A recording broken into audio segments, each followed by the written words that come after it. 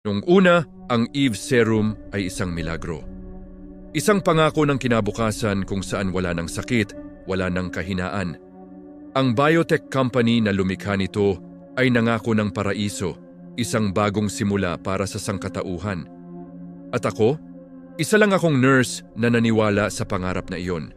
Kaya naman sumama ako sa clinical trial sa isang liblib na isla kasama ang daan-daang voluntaryo na umaasang mababago ang kanilang buhay. Ang isla ay perpekto, modernong pasilidad, napapaligiran ng asul na karagatan at luntiang gubat. Sa unang linggo, lahat kami ay masaya. Ang mga pasyenteng may malubhang karamdaman, unti-unting lumalakas. Ang mga pilay, nakakatakbo na ulit. Ang Eve Serum gumagana nga. Ramdam namin ang enerhiya sa aming mga katawan, isang lakas na hindi pa namin naranasan kailanman. Nagkakantahan pa kami tuwing gabi, nagdiriwang sa bagong buhay na naghihintay. Pero sa ikalawang linggo, may nagsimulang magbago. Napansin ko ito una sa isang matandang lalaki na dati madihalos hindi na makakain dahil sa kanser. Isang araw, habang naghahain ako ng tanghalian, tinitigan niya ang pagkain na parang diring-diri. Hindi na ako nagugutom dito, sabi niya, habang ang mga mata niya ay nakatitig hindi sa plato, kundi sa braso ng katabi niya. Ang titig na yon, hindi ko makakalimutan. Isang titig ng matinding pagkagutom, kinabukasan, mas marami na sila. At tinatanggihan na ang masasarap na pagkain na inihahanda para sa amin. Sa halip, palihim silang nagmamasid sa isa't isa. Ang mga ngiti ay napalitan ng mga pilit na paglunok. Ang mga kwentuhan ay napalitan ng mabibigat na paghinga. Sa gabi, hindi na kantahan ang naririnig ko, kundi mga kaluskos mula sa mga katabing kwarto. Mga ungol na hindi mo maintindihan kung mula ba sa sakit o sa kakaibang pagnanasa. Isang gabi, nagising ako sa isang sigaw. Tumakbo ako palabas at nakita ko ang isang eksenang hinding-hindi mabubura sa isip ko.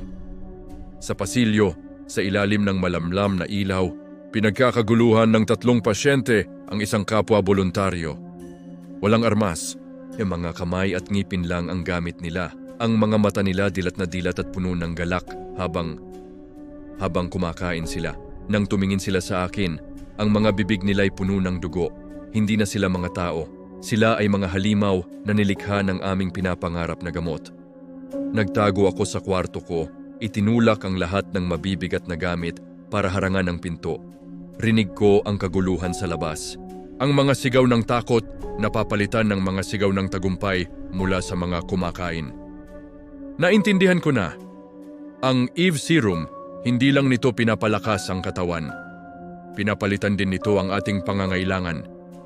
Ang gutom para sa pagkain, napalitan ng gutom para sa laman.